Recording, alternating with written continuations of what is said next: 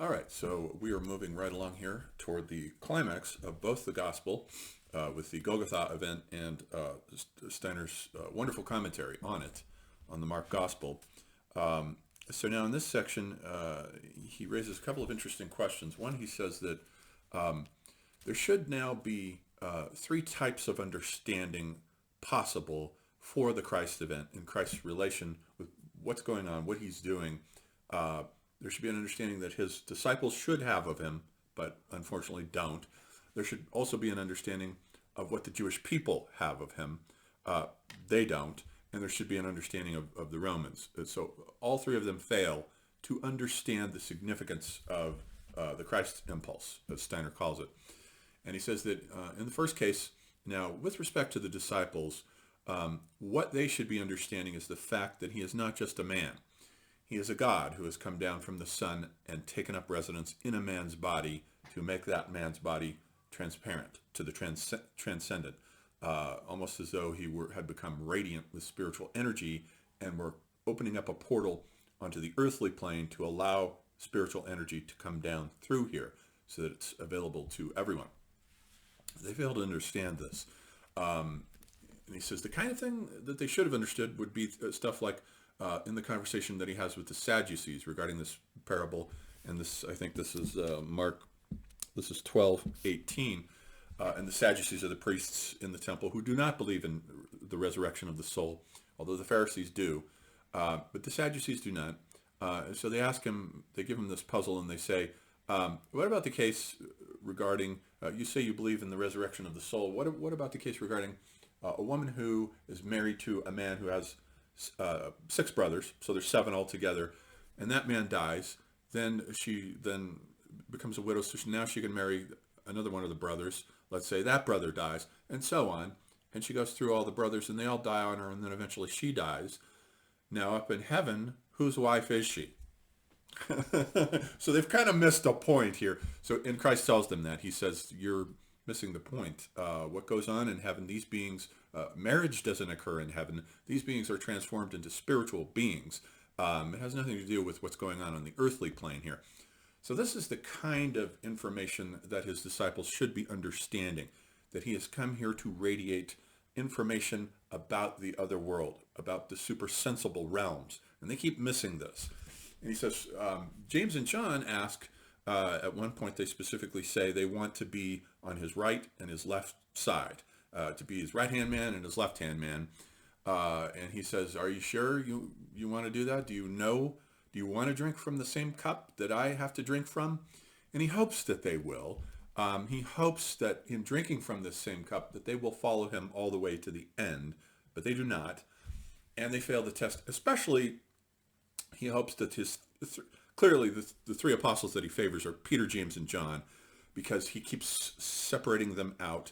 They are 3 of the original first 4 as the gospel opens, that along with Simon and Andrew. Andrew's the only one who's not part of this group, that he singles out and he renames them. Simon is renamed as Peter, and then James and John as the Boanerges, the sons of thunder. Then he takes them up on on a mountain when he names them and selects the rest of the apostles. And then again, he takes them up on the mountain with the transfiguration, as we have seen last time. They are privileged to have this knowledge, this vision of him as a God being. And then, of course, again later here in the section where they fail the test to stay awake, he takes Peter up first again to the Mount of Olives and tells him, I have to be crucified. I will die and rise again. And Peter says, well, I'll be with you for the whole time. Don't worry about it. And Christ tells him, no, you will deny me 3 times before the cock crows twice. And Peter says, oh, that's not the case.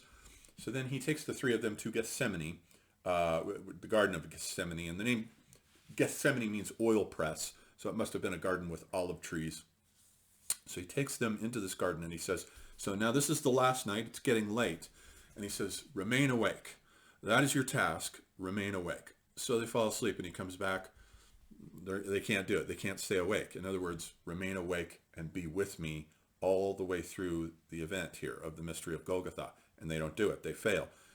He does this 3 times and they fail.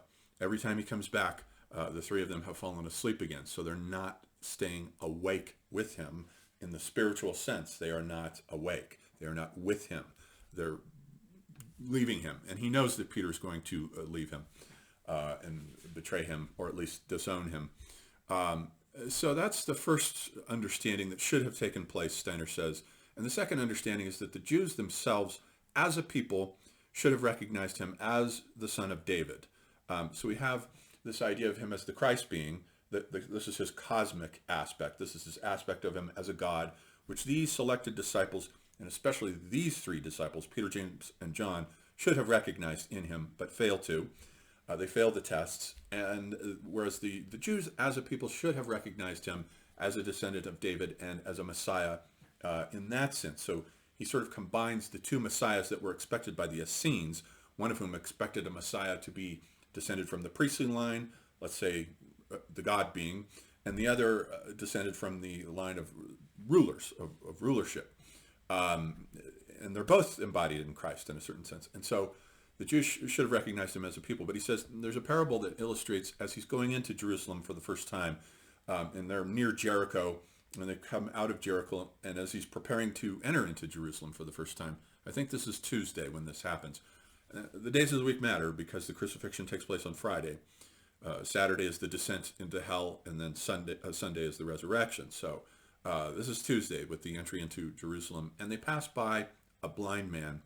And the blind man is there, and he says, "Hey, son of David, can you have mercy on me?" And Christ stops for a second, and he turns and he looks. He says, "What did he say?" And the disciples go back and say, "Here, he's calling you. Come over to him."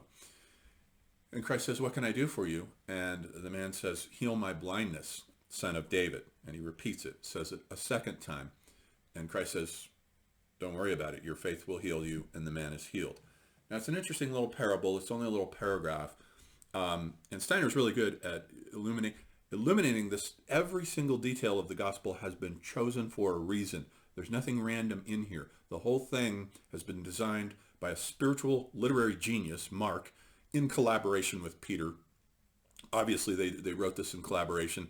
If Peter couldn't read, and I suspect that he probably couldn't, nonetheless, Mark could have written the gospel and then read it back to him and checked with him and gone back and forth. Was it like this? Was it like that? So it came into being in this way. So it's pure spiritual protein. There's nothing superfluous. So everything counts. Everything matters. So this parable illustrates that. The irony of the fact that it's only a blind man who can recognize him as the son of David. Only a blind man. Whereas none of the others who can actually see him physically do recognize him as the son of David, as the legitimate Jewish Messiah. So that parable illustrates this failure of the other Jews to recognize him. So they fail that understanding as well. Then the third possibility for understanding would have existed amongst the Romans if they had recognized the fact that as king of the Jews in a symbolic sense, he represents essentially the beginnings of the spread of Judaic culture. Steiner points out that it spread by means of Alexandria, this cosmopolitan place on the south shores of the Mediterranean Sea, which was in constant communication and contact through trade routes with pretty much everything else.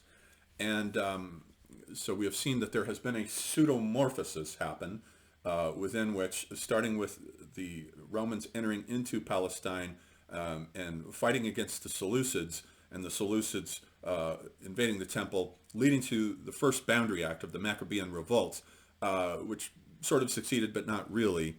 And really, Christ represents the second sort of equivalent of a Maccabean revolt, only on the spiritual plane now. They don't have military power, the Christians do. So in response to the military power of the Romans coming from the east to the west and conquering the lands that were originally owned by Alexander, who was the first to put a Greek pseudomorphosis over the authenticity of the Judeo-Christian Islamic Magian world, the response to that then is they don't have any military power, but they do have spiritual power. And so now it becomes a spiritual conquest, and Christ's coming in his advent should have been recognized by the Romans, and it wasn't. So when he's in there being interviewed by Pilate, Pilate says to him, "So you're the king of the Jews?" in a sarcastic sense. And Christ says, "You've said so." But of course, he hasn't said so. He means it sarcastically, which is why they put a crown of thorns on him, ironically, with the little placard behind him, INRI, Jesus of Nazareth, Rex Judiorum, as an ironic, here's your king of the Jews. But he does represent the King of the Jews in the beginnings of the counter thrust back into the Roman world, into the Greco-Roman world. On the spiritual plane, a conquest begins, and it begins essentially with Paul's missions. Paul's epistles are the oldest Christian documents that we possess. They date from around 50 AD, so not too long after the actual crucifixion, which, if Christ was born in 7 BC, which is the year that I favor, along with Carl Jung, because of the three conjunctions of Saturn and Jupiter in Pisces during that year, it's very likely that he was born in 7 BC and then would therefore have died around, I think, 26 BC rather than 26 AD rather than 33 AD. But in any event, Paul's epistles are the earliest, and he starts with Greece. He goes right straight to Greece, the heart and soul of the previous now dying civilization of the Greco-Latin or Greco-Roman, Spengler calls it Apollonian civilization, that is dying, and he goes right to the center. The first letters are to the Thessalonians in Thessalonica, which is in Macedon, where Alexander originated from. He goes to Athens, so he starts right at the pure spiritual center of this civilization to begin the process of transubstantiating it and introducing the Magian spiritual consciousness within it, until gradually, as the centuries go by, it does become a success, and it does become allied with a military power when Constantine in 330 AD says that Christianity is now legal, and then at the end of the century, Justinian, or rather Theodosius the Great says, the great Theodosius brings down the axe of love and says Christianity is the only legal religion. Let's shut everything else down. Now they have had a complete Magian victory over the Greco-Roman pseudomorphosis and have transubstantiated it. Now they have a military power to back it, and from henceforth we get the spread of Christianity into the West as the official religion of Western civilization, and a complete victory thereby of the Magian. This is what the Romans have failed here to understand. So we get three different possibilities of understanding amongst the disciples to recognize him as the Christ, the God being, who has come to bring knowledge of supersensible worlds. The failure of the Jews to recognize him as the legitimate Messiah produced through the blood and through the descent from the bloodline from the son of David, and the failure of the Romans to recognize the importance of the spread of Judaic culture, which they regard with scorn and contempt, and as beneath contempt, which is actually the wave of the future and will break and crack the shell, the brittle shell of the classical pseudomorphosis. So they all fail to understand this. So then comes Steiner's very interesting insight here about the ending of the gospel, where he says, so after they're in Gethsemane and they have failed to stay awake, the next thing that happens is that they come in, a posse basically comes in with violence. They've been clued in by a traitor, and they come in and they take him with violence. And Christ says to them then, so it's interesting, why is it that you're treating me like a murderer or a brigand, and you're coming in the middle of the night with a posse, having used a traitor to come after me this way? And Steiner asks, moreover, why is it successful? Christ specifically says, why didn't you arrest me before when I went into the temple, when I first entered Jerusalem and overturned the tables of the money changers? How come you didn't seize me then? And Steiner says, now this becomes very interesting here, because he's got this idea that, keep in mind that Christ and Jesus of Nazareth, for Steiner, are two separate beings. Even though Christ, the Christ, has taken up residence within him, it has, the etheric body of this being has slowly been shrinking, contracting, and withdrawing.